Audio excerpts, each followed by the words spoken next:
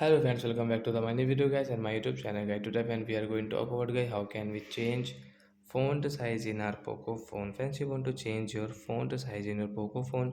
So by how can you change today I will show you in this video guys. So before starting video friends, first of all go and subscribe the channel guys. Click the bell icon, like the video. Friends, now let's see guys how can we change font size. First of all guys, open your phone setting and guys scroll it. Friends, you can see this type of setting. Friends, click on guys your display setting guys, and again scroll. Friends, you can see guys your text size setting guys, tap here. Friends, you can change your font size from here. You want to change into guys XL size, you can see double XL means get this large size. So means you can see guys your font size will change in Poco phone.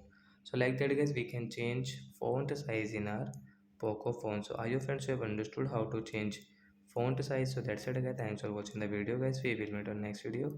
Bye bye guys.